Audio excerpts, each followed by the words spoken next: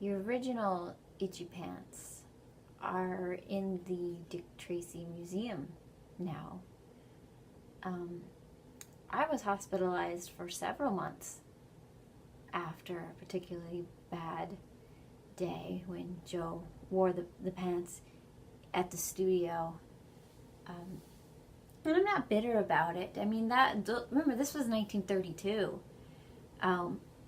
Animators and cartoonists, we got our bumps and bruises, our scrapes and bruises, cuts and bruises, our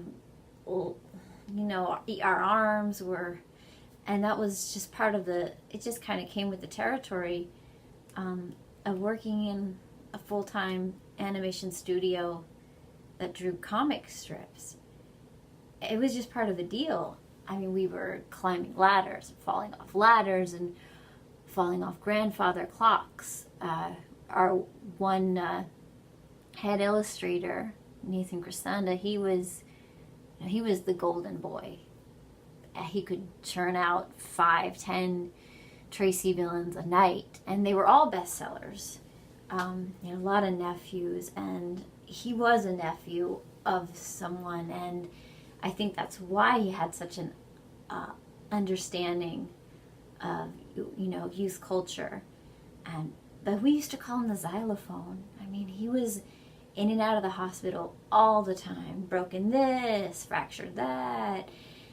I was just, that was the life.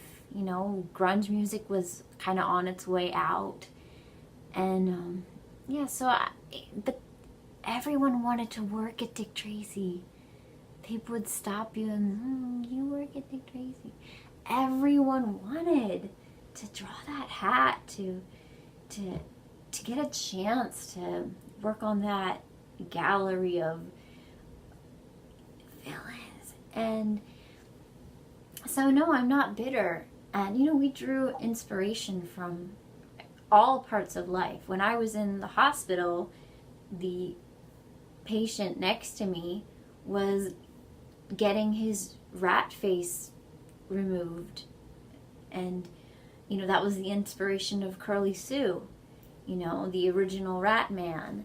There's this human man, right? So here's the thing.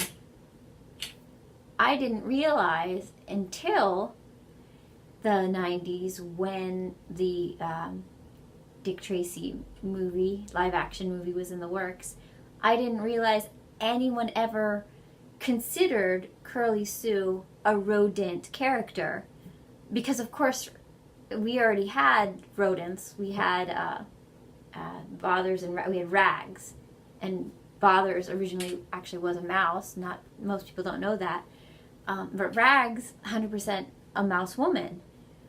Curly Sue, it just has a mouse shape, rat shaped nose, and that's how he gets the name the Rat Man. But the ears are typical, no tail. That's an important feature that he actually used a lot in criminal behavior.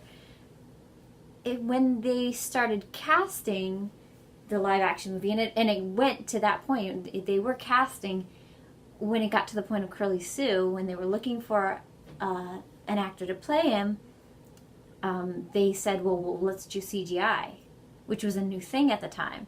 And I was thinking, wait, CGI? This is Dick Tracy. This is Dick Tracy. There's not a computer that we have. So, I mean, it was, talk about, right, so, and it wasn't until that point when I thought, oh, people think that the Rat Man, Curly Sue, is a rat man. And I can see why they would think that.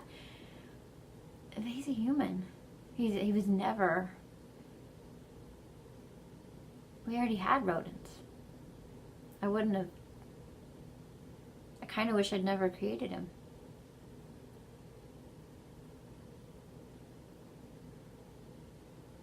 So I'm not mad.